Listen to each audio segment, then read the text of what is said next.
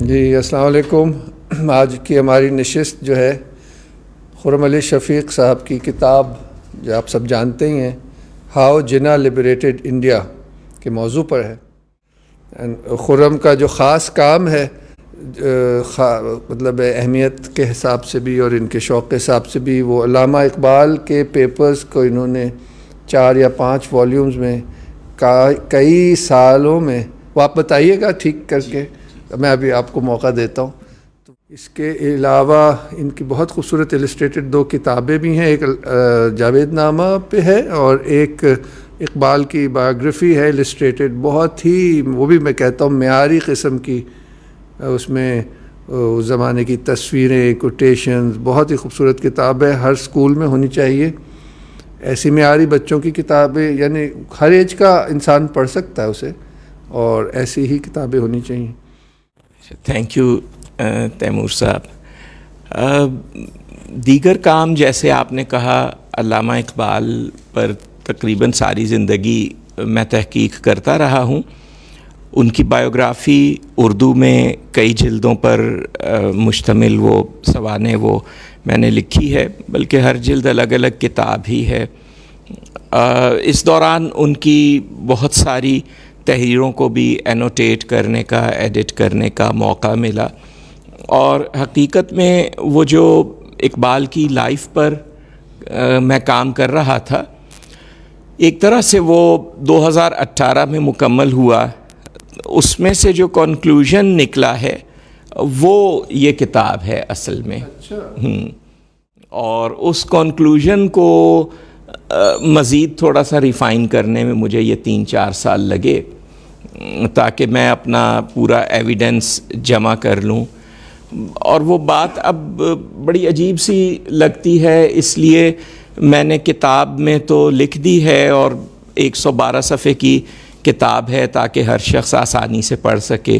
اسے لکھا بھی میں نے تھوڑا سا اپنے سٹائل میں ہے کہ عام زبان نا وہ تو، اور ویسے اسے اب کہتے ہوئے میں سوچ میں پڑ جاتا ہوں کہ پتہ نہیں کہاں سے کہوں اور کہاں سے نہ کہوں، اور کسے بری لگ جائے کسے نہ لگے، تو اس پہ پھر ہم دیکھتے ہیں. ایک اور کام ان کا بہت ہی، میں سمجھتا ہوں اہم ترین ہے. ان کے سبھی کام اہم ہیں، مگر وہ ہے how sovereignty was stolen from the people of Pakistan the first 7 years of the Constituent Assembly, and all of that, and that work is based on the Assembly proceedings. It's documented official proceedings, and it is, I think that is a very important work that you've done. اس پہ بھی تھوڑا سا بات کر لیں، کیونکہ اب جناح کی بات ہو رہی ہے، اور جناح کے خواب کو کس طرح سے چکنا چور کیا گیا، وہ اسی کی کہانی ہے کہ ان کے ساتھیوں کو سائڈ لائن کر دیا گیا. وہ ایسا ہے کہ جب کانسٹیٹیوئنٹ اسمبلی توڑی گئی 1954 میں، 1954 میں، تو اس پر سندھ ہائی کورٹ نے تو فیصلہ دے دیا کہ گورنر جنرل نے غلط اقدام کیا ہے، اسمبلی بحال کی جائے. تو پھر گورنر جنرل نے فیڈرل کورٹ میں، یعنی اس وقت سپریم کورٹ کی جو پیش رو تھی اس وقت فیڈرل کورٹ کہلاتی تھی، وہاں پر اپیل کی. وہ مولوی تمیز الدین خان کیس کہلاتا ہے. اس میں جو فیصلہ دیا گیا وہ یہ تھا 1955 کے آغاز میں، کہ پاکستان کبھی سوورن کنٹری رہا ہی نہیں ہے، اور 1947 میں ہم آزاد نہیں ہوئے تھے. یہ ہماری فیڈرل کورٹ نے فیصلہ دیا تھا، یعنی جو آج کی اصطلاح میں سپریم کورٹ بنے گی اس وقت فیڈرل کورٹ کہلاتی تھی.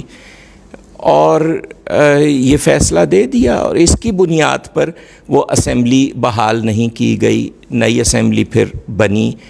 اور اس سے بھی زیادہ شاید حیرت ہمیں اس پر ہونی چاہیے کہ اس فیصلے پر کوئی کسی کے رونگٹے نہیں کھڑے ہوئے، کسی کی آئی بروز نہیں اٹھیں.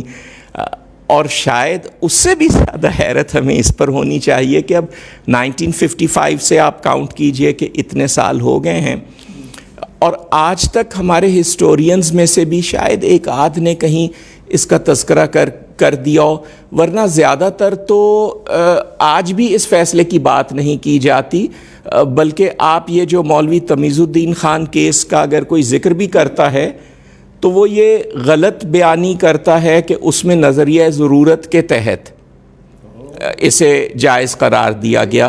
نظریہ ضرورت ایک اور کیس میں جسٹس منیر نے استعمال کیا تھا.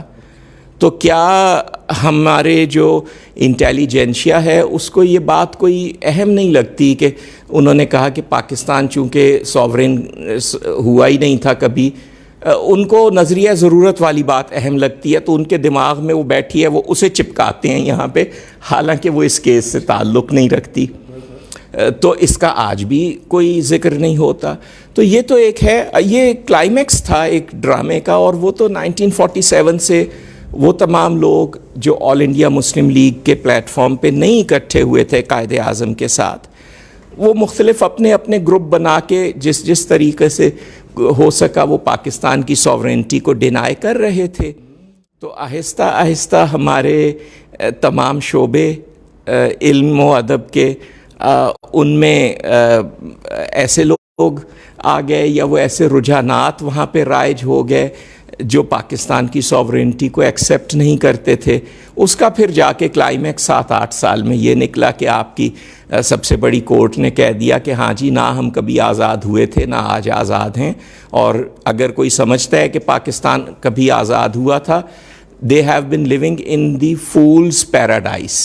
یہ الفاظ ہیں اس ججمنٹ کے، آپ انٹرنیٹ پہ دیکھ لیجئے گا.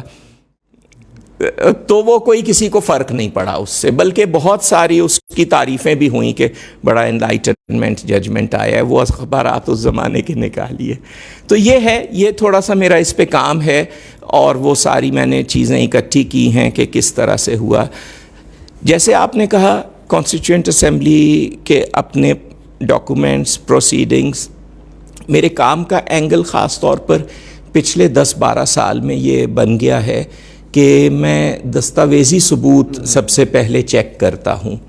اس وجہ سے مجھے اپنی بہت سی پرانی رائٹنگز کو یا ریوائز کرنا پڑا یا ڈس اون کرنا پڑا. اس میں میری بعض ایسی رائٹنگز بھی تھیں جن پہ میں نے 20-25 سال محنت کی تھی، اور وہ مائنر کلاسکس بھی بن چکے تھے، بٹ آئی ہیڈ ٹو سے کہ میں نے فیکٹ چیکنگ کی ہے تو یہ چیزیں درست نہیں نکلی ہیں. تو ڈاکومنٹری ایویڈنس پہ میں زیادہ جاتا ہوں.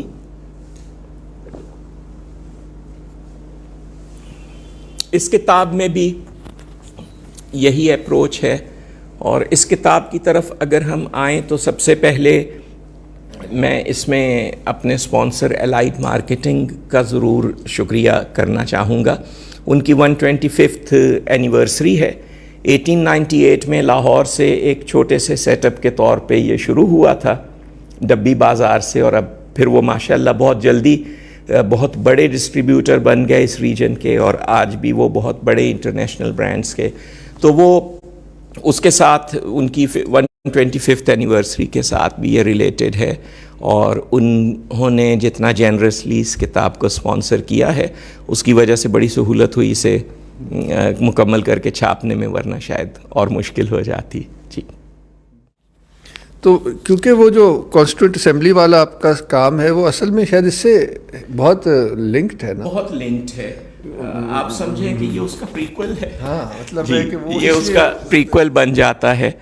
تو اب اس کتاب کا جیسا کہ ٹائٹل ہے how Jinnah liberated India, which implies that Jinnah liberated India the entire subcontinent, and not that the subcontinent did not gain independence due to the other reasons which we have been presuming, such as Gandhi, that he did not have a very significant role to play in the eventual independence of India that is implied in this title.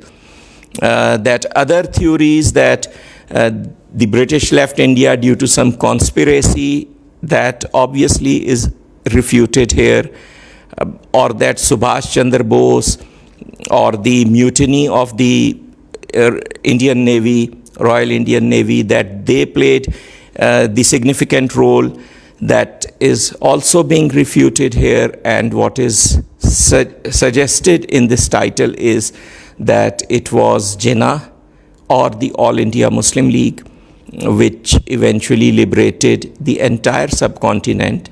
And then they established Pakistan in a part of that and handed over the rest to the Congress to have as India. And that is implied here. And the book also tries to explain how they managed to liberate India.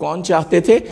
بالکل بالکل. اس کتاب میں ایک چیز میں نے یہ establish کی ہے, اس کا چوتھا چیپٹر ہے mistaken identities. Congress before Gandhi was a different entity. There were two Congresses. 1885 سے 1918 تک کی جو کانگریس ہے وہ ایک ڈفرنٹ اینٹی ہے. 1918 سے لے کر بعد کی جو کانگریس ہے وہ ایک ڈفرینٹ اینٹی ہے. اور جو 1918 کے بعد کی کانگریس ہے وہ کبھی تو کہتی تھی کہ نہیں ہم وہی ہیں جو 1885 میں بنے تھے, لیکن کئی جگہوں پہ وہ صاف کہتے بھی تھے کہ the Congress as exist today is completely of the making of mister Gandhi, Mahatma Gandhi. تو وہ دو الگ باڈیز ہیں. ہاں, تو جو 1918 سے پہلے کی کانگریس ہے وہ بالکل اس سفر میں ہمارے ساتھ تھی. بلکہ اس کتاب میں نے یہ بتایا ہے کہ آل انڈیا مسلم لیگ انہی کے راستے کو 1918 کے بعد پرسیو کرتی رہی, اور ان لوگوں کے ساتھ جو بھی شروع میں اختلافات تھے سر سید کے 1916 میں ریزالو ہو گئے تھے.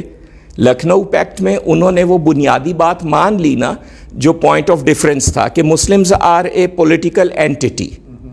اب وہ وقت کے ساتھ ڈیفائن ہوگا کہ اسے آپ نیشن کہیں, اسے آپ ایک اسٹیٹ بھی دیں نہ دیں, ایک پرنسپل ایکسیپٹ کر لیا. So therefore the differences were resolved on the terms of Muslim League, on the terms of sir Syed. Therefore all those heroes of Congress up to 1916 they became our heroes. We should respect them. Dada Bhai Nauroji, the pioneers of Congress. But this pact, this deal, this harmony, this unity was short-lived. In 1918, only 2 years later, the volcano erupted. Gandhi came, he took over Congress. تو جن لوگوں نے پہلے سے بنائی ہوئی تھی وہ سب چھوڑ گئے. اس وجہ سے یہ بات رجسٹر نہیں ہوئی, اور اس کے بعد پالیٹکس اتنی فاسٹ گھومی, یہ بات رجسٹر نہیں ہوئی کہ بھائی اب وہ ڈفرینسز ختم ہو گئے, انہوں نے ہماری ٹرمز پہ بات مان لی ہے, تو اب تو ہم انہیں اون کریں نا. تو اس لیے جو یہ نیریٹو ہے اس میں بالکل وہ بات نہیں ہے کہ جی وہ 1885 سے کانگریس جو ہے وہ مسلمانوں کے خلاف تھی. نہیں, ایک مائنر ڈفرینس تھا, ریزالو ہو گیا, اب آگے بڑھے. تو ڈیفینیٹلی ان کا بہت بڑا کنٹریبیوشن ہے آزادی میں. انہوں نے فاؤنڈیشن رکھی, میجورٹی کمیونٹی تھے, اس میں سارے مذاہب کے لوگ شامل تھے. دادا بھائی نوروجی تھے, پارسی لیڈر, برٹش بھی تھے, بہت سارے انگریز ہندوستانیوں کے محسن تھے, کانگریس کے انہوں نے پریزیڈنٹ رہے ہیں, تو ان کی رسپیکٹ کرتے تھے انڈینز. اس میں ہندو بھی تھے, کرسچین, سارے مسلمان بھی. تو وہ سب مل کے چل رہے تھے. ایک راستہ انہوں نے ڈٹرمن کیا تھا, وہ میں نے اس میں بتایا ہے کہ انہوں نے کیا پرنسپل سیٹ کیے تھے. پھر میں نے یہ دکھایا ہے کہ 1918 کے بعد آل انڈیا مسلم لیگ انہی پرنسپلز کو, اسی کورس کو پرسیو کرتی رہی جو 1916 میں کامن انہوں نے بنا لیا تھا. کانگریس ہٹ گئی اس سے, اور ہم نے آزادی حاصل کی اسی راستے پر چلتے ہوئے جو 1885 میں اوریجنل کانگریس نے طے کر دیا تھا. ہم اس سے نہیں ہٹے, کیونکہ ہم 1916 میں ان کے ساتھ مل گئے تھے اپنی ٹرمز پر. اس کے بعد ہم اسی راستے کو پرسیو کرتے رہے اور ہم نے آزادی حاصل کر لی. اچھا, بہت سارے تاریخی حقائق ہیں جو میں نے اس میں ڈالے ہیں, لیکن میں اس میں سے صرف ایک چیز کا اس وقت ذکر کروں گا. برطانوی پرائم منسٹر نے پارلیمنٹ میں پہلی دفعہ اناؤنس کیا ہوگا کہ ہم ہندوستان چھوڑ رہے ہیں, تو ظاہر ہے کہ اس نے کوئی ایکسپلینیشن بھی دی ہوگی کہ کیوں چھوڑ رہے ہیں. چھوٹی بات تو نہیں تھی. کنزرویٹو پارٹی پوری وہ کہہ رہی تھی کہ نہیں, چھوڑنا ہی نہیں ہے. ہاں جی, وہ کہہ رہے تھے کہ یہ ہندوستان کی آزادی کا وعدہ تو لیبر گورنمنٹ نے کیا ہے, ہم اس کے ذمہ دار نہیں ہیں. ٹھیک ہے, تو اس نے ایکسپلین کیا ہوگا. اب یہ 20 فروری 1947 کی بات ہے, بڑی مشہور سٹیٹمنٹ ہے. یہ ریفرنس آپ کو 20 فروری سٹیٹمنٹ ایٹلی آپ کو ہر کتاب میں ملے گا, کیونکہ یہ ریفرنس دینا پڑتا ہے. لیکن اس سٹیٹمنٹ میں جو تاریخ کی مشہور ترین سٹیٹمنٹس میں سے بنتی ہے, جو ریزن اس نے دی ہے وہ آپ کو کسی کتاب میں نہیں ملے گی. اور وہ ریزن اس نے یہ دی ہے کہ آل انڈیا مسلم لیگ ہماری بنائی ہوئی اسمبلی میں بیٹھنے پر تیار نہیں ہوئی, اس لیے ہمیں ملک چھوڑنا پڑ رہا ہے. ٹھیک ہے, تو اب جو آفیشیل ریزن برطانوی پارلیمنٹ کے ریکارڈ میں ہے وہ تو یہی ہے, اور کوئی ہے ہی نہیں, کہ وہ تو یہی ہے کہ مسلم لیگ کی وجہ سے چھوڑنا پڑ رہا ہے. یہ ان کی آفیشیل ریزن ہے. اب سب سے پہلے میں یہ پوچھوں گا کہ ہم کیسے پاکستانی ہوں گے کہ اگر برٹش پارلیمنٹ ہمارے حق میں فیصلہ دے چکی ہے تو اب ہم کہیں کہ نہیں لیکن یوں اور لیکن وہ. کیا ضرورت ہے آپ کو؟ آپ کورٹ میں ایک مقدمہ لڑتے ہیں پراپرٹی کا, کورٹ آپ کے حق میں فیصلہ دے دیتی ہے, جس کے خلاف فیصلہ ہوتا ہے جس سے آپ کو وہ پراپرٹی اپنی جائز ملی ہے, وہ اخباروں میں آرٹیکل لکھوانا شروع کر دیتا ہے کہ فیصلہ غلط ہوا ہے. تو آپ یہ کہیں گے کہ جب تک سارے اخباروں کے ایڈیٹوریل میرے حق میں نہ ہو جائیں میں نے تو قبضہ ہی نہیں لینا. تو پہلے تو ہم یہ ڈیسائیڈ کریں کہ ہم کس قوم کا حصہ ہیں. اگر ہم پاکستانی قوم کا حصہ ہیں تو یہ آپ کے پاس سیدھی سادھی سٹیٹمنٹ موجود ہے. اسے بیک کرنے کے لیے جناح کے 7 سال کی سٹیٹمنٹس ہیں, ان کا پرسپیکٹیو ہے. اس کے بعد کی ڈیولپمنٹس ہیں, جناح کی روشنی میں دیکھیں تو وہ کورابوریٹ کرتی ہیں. تو یہ ایک پورا نیریٹو ہے, تو اسے کیوں نہیں پک کرتے؟ پہلا سوال تو یہ آئے گا.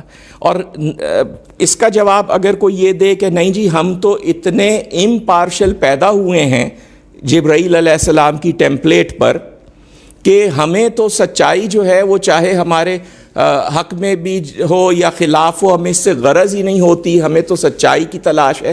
میں نہیں مانتا. اگر ایسے ہی ہوتے نا ہم سچائی کی تلاش کرنے والے تو یہ آج تک سچائی ہمیں پتہ ہی نہیں چلی تھی. ٹھیک ہے نا. تو یہ تو بات آپ چھوڑ دیجئے کہ جو لوگ یہ کہتے ہیں کہ نہیں مگر یوں وہ کسی امپارشیلٹی کی وجہ سے کر رہے ہیں. امپارشل ہوتے تو دونوں طرف کی چیزیں پتہ ہوتی, اپنی طرف کی چیز پتہ ہی نہیں ہے. اور جب پہلی دفعہ سامنے آئے تو بجائے اس پر سوچنے کے جس طرح سے میں نے سوچا 2018 میں, اور 50 سال اس وقت میری عمر تھی, اور اس وقت تک میں نے جتنی کتابیں لکھی تھیں ان میں سے جو میرا میجر ورک تھا وہی اقبال کی بایوگرافی جس کا آپ نے ذکر کیا ہے, 5000 صفحے.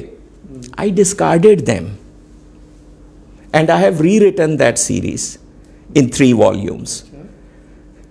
5 volumes of 25-30 years research. I discarded it. So ایک نیا فیکٹ آتا ہے نا, سوچنا چاہیے.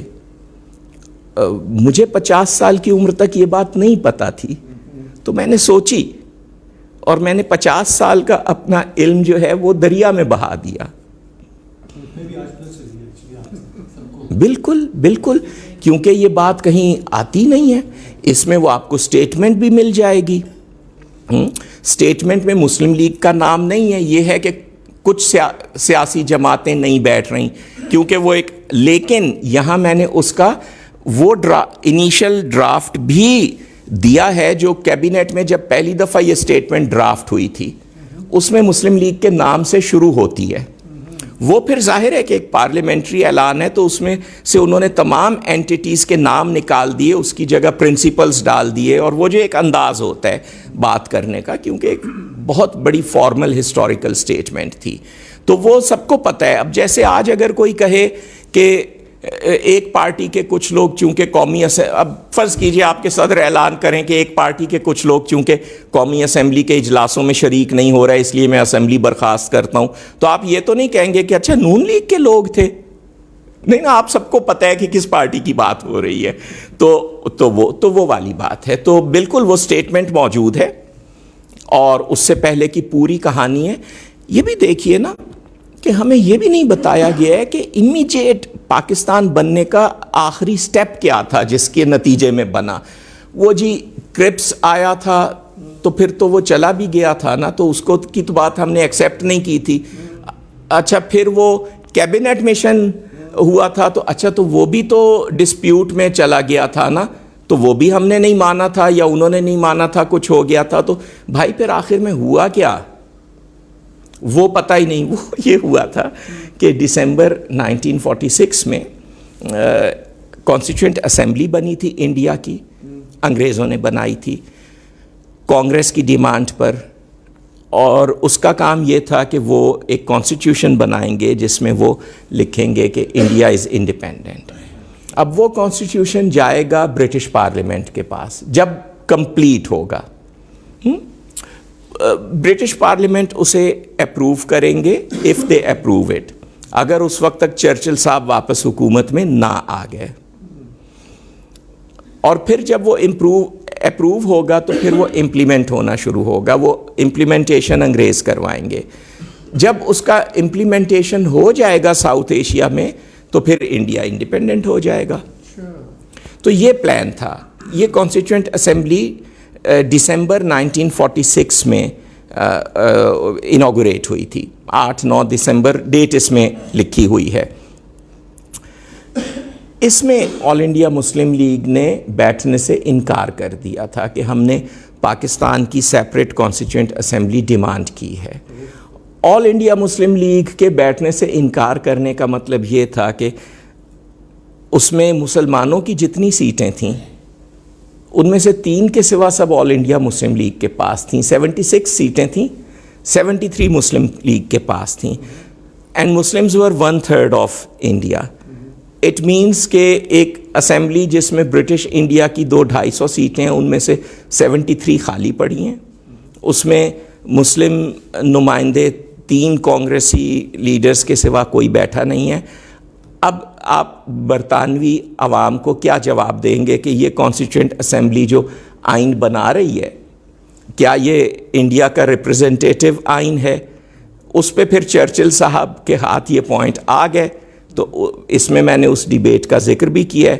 ان کی پھر ایک مشہور انڈیا ڈیبیٹ ہے ارلی دسمبر 1946 میں, جس میں انہوں نے پھر اچھی طرح خبر لی لیبر گورنمنٹ کی, کیونکہ ان کو موقع مل گیا.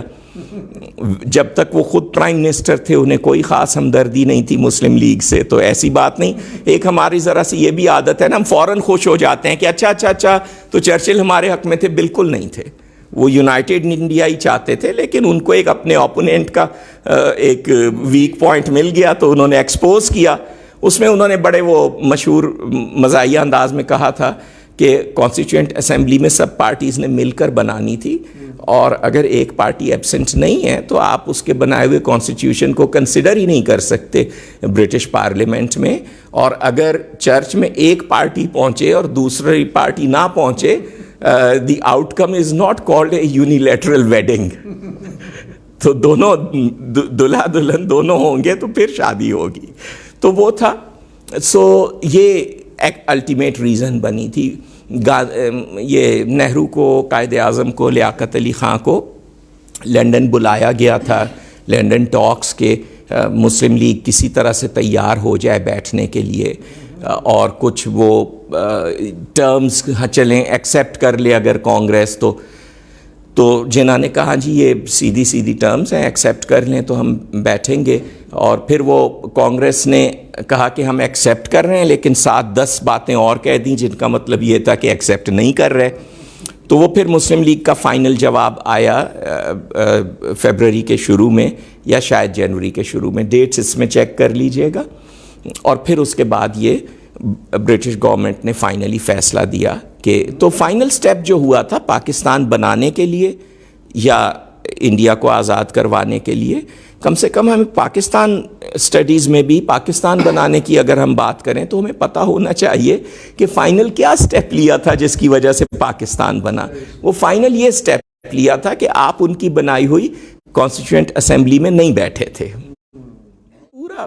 یعنی تو یہ تو وہ چیزیں ہیں نا کہ جو اخباروں کی ہیڈ لائنز ہی آپ اکٹھی کر لیجئے تو یہ نیریٹو بنتا ہے. اب وہ نیریٹو اگر آپ کے حق میں ہے تو پھر آپ دوسرا کوئی نیریٹو لائیں جو آپ کے حق میں نہیں ہے. اس کے حق میں ایویڈنس بھی نہیں ہے, صرف آرگومنٹس اور اسپیکولیشن ہے. دوسرے سے مراد کیا؟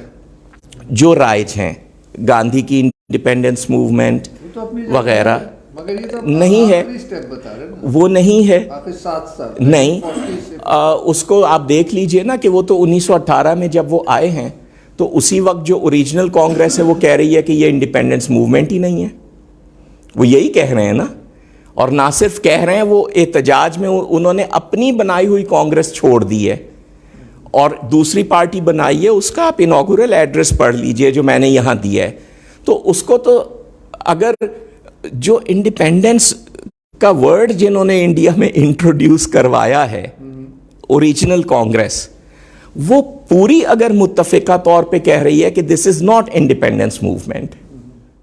ڈیمانڈ تو کہیں نہ کہیں ہوا میں تھا نا؟ بالکل نہیں، یہ بالکل الگ گیم تھا، کیونکہ اگر 1919 میں 20 میں گاندھی نے تحریک شروع کی ہے تو 22 میں ختم بھی کر دی، پھر گھر بیٹھ گئے، تو پھر تو نہ کوئی پریشر ہے نہ ڈیمانڈ ہے، کہا کہ بس ختم ہو گئی. اللہ میاں نے مجھے بتایا ہے کہ ہندوستانی قوم ہی ابھی آزادی حاصل کرنے کے قابل نہیں ہے، تو انگریزوں کو آپ یہاں رکنے کی اس سے بڑی، آپ نے تو ڈیوائن رائٹ دے دیا نا انگریزوں کو کہ خدا نے بتایا کہ ہندوستانی قوم ابھی آزاد ہونے کی اہل نہیں ہے.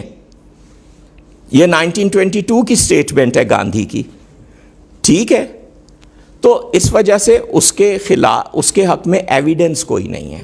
اور یہ میں نے پہلے چیپٹر میں ہی آپ کو میں نے یہاں پہ اسٹیٹسٹکس دیے ہیں کچھ، وہ آپ دیکھ لیجئے گا. اسپیکولیشن ہے، پروپیگنڈا ہے.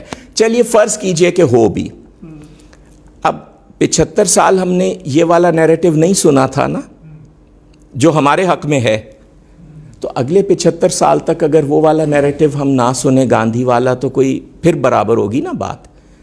پھر 75 سال کے بعد کوئی بیٹھ کے دونوں کو کمپیئر کرے.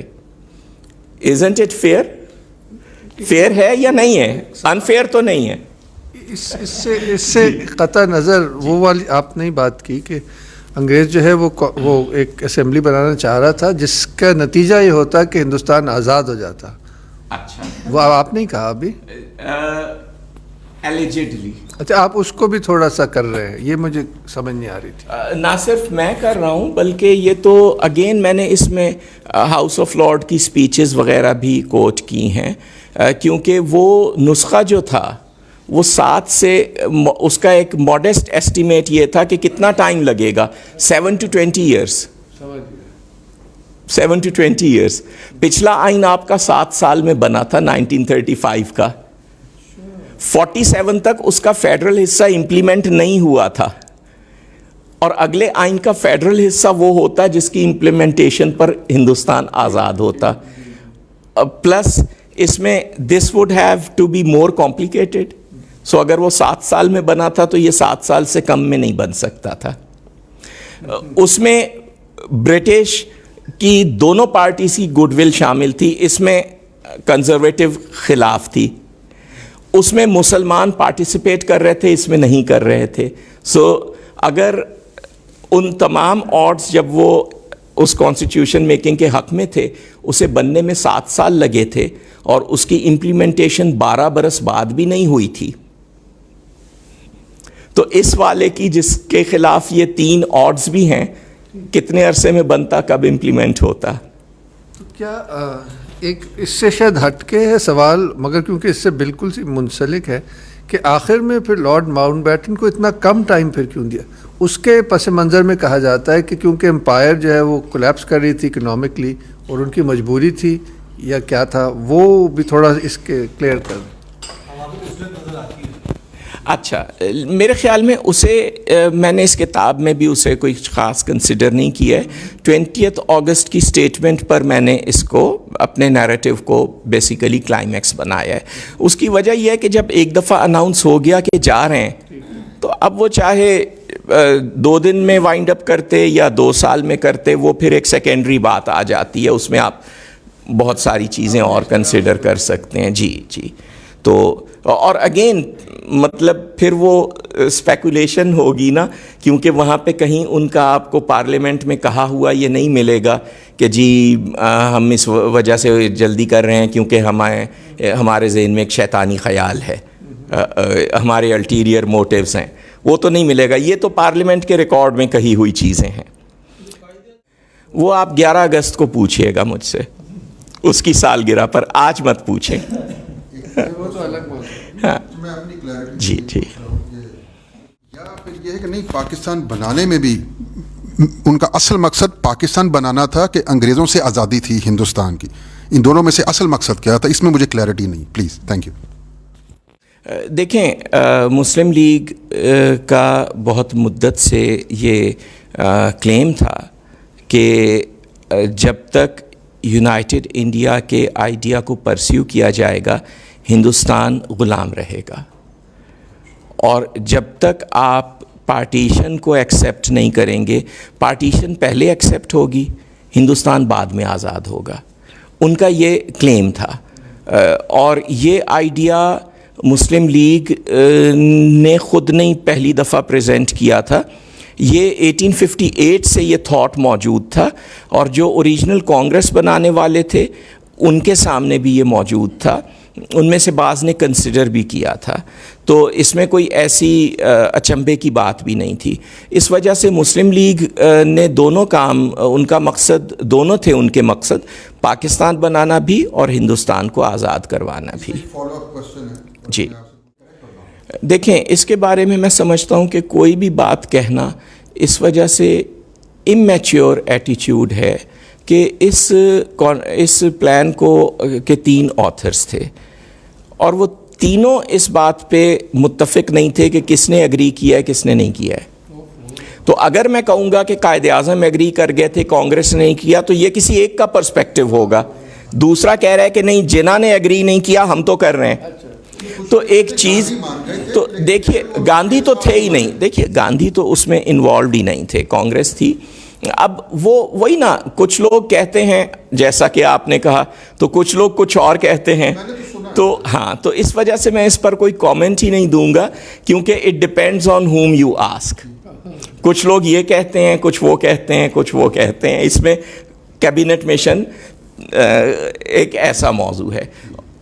تو یہ الگ بات ہے کہ it's possibly one of the most talked about things, بات اس پر بہت ہوتی ہے, لیکن اس میں میرا وہی ہے کہ اس پہ میں جو بھی بات کروں گا وہ کسی ایک پارٹی کا پوائنٹ آف ویو ہوگا. اس پہ کوئی کنسنسس ان 3 پارٹیز کے درمیان نہیں ڈیولپ ہوا جنہوں نے مل کے یہ ڈرافٹ لکھا تھا, اس کا کانٹریکٹ مل کے. اچھا جناب, تو بڑا ہی اچھا تعارف ہو گیا ہے کتاب. ایک چیز میں واضح کر دوں, چاہے کس نے مانا کس نے نہیں مانا, ایک بات جو ہمارے وہ اسے آپ بے شک اگنور بھی کریں, تو ایک بات جو کیبنٹ مشن پلان کے حوالے سے عام طور پہ سامنے نہیں آتی ہے, وہ یہ ہے کہ آل انڈیا مسلم لیگ کی وہ ریزولوشن جس کے ذریعے انہوں نے اس کی ایکسیپٹنس دی تھی, اس میں کنڈیشنل ایکسیپٹنس تھی, اور اس میں انہوں نے بڑے وضاحت کے ساتھ کہا تھا کہ یہ ہم صرف اور صرف اس لیے ایکسیپٹ کر رہے ہیں کہ اس میں یہ ہے کہ 10 سال کے بعد ہم الگ ہو سکتے ہیں, اور ہم پہلے دن سے ہی اس پہ نظر رکھیں گے کہ کتنی جلدی الگ ہو سکتے ہیں. بالکل لکھا ہوا ہے اس میں کہ یہ ہم پہلے سے واضح کر دیں کہ we are not accepting united India, ہم پاکستان کے مطالبے پر قائم ہیں, اور ہم صرف اس لیے ایکسیپٹ کر رہے ہیں کہ اس کے مطابق ہمیں نظر آ رہا ہے کہ 10 سال بعد ہم الگ ہو سکتے ہیں. تو ہاں, تو انہوں نے کہا, ہم نے تو 1940 میں بھی کہا تھا کہ ہمیں کوئی جلدی نہیں ہے, آپ ایکسیپٹ کر لیں کہ پاکستان بنے گا, جنگ کے بعد بنانا. اب آپ کہہ رہے ہیں کہ 10 سال بعد بنائیں گے, صحیح ہے, وہ تو ہم نے کبھی کہا ہی نہیں. وہ تو گاندھی ہوتے تھے جو کہتے تھے کہ آج نکلو اور کل تک میں نہیں انتظار کروں گا.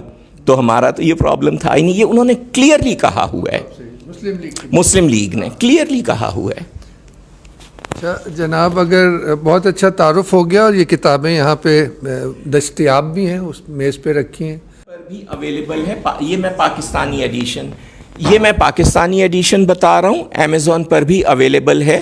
آپ اگر پاکستان سے باہر جو آڈینس سن رہی ہو, دیکھ رہی ہو, وہ آپ اپنے قریبی امیزون ویب سائٹ پہ چیک کر لیں. جی, کیونکہ اس کا ایک انٹرنیشنل ایڈیشن بھی ہے اور ایک لوکل ایڈیشن. اور ایک بات میں اور ایڈ کر دوں. ہاں ضرور.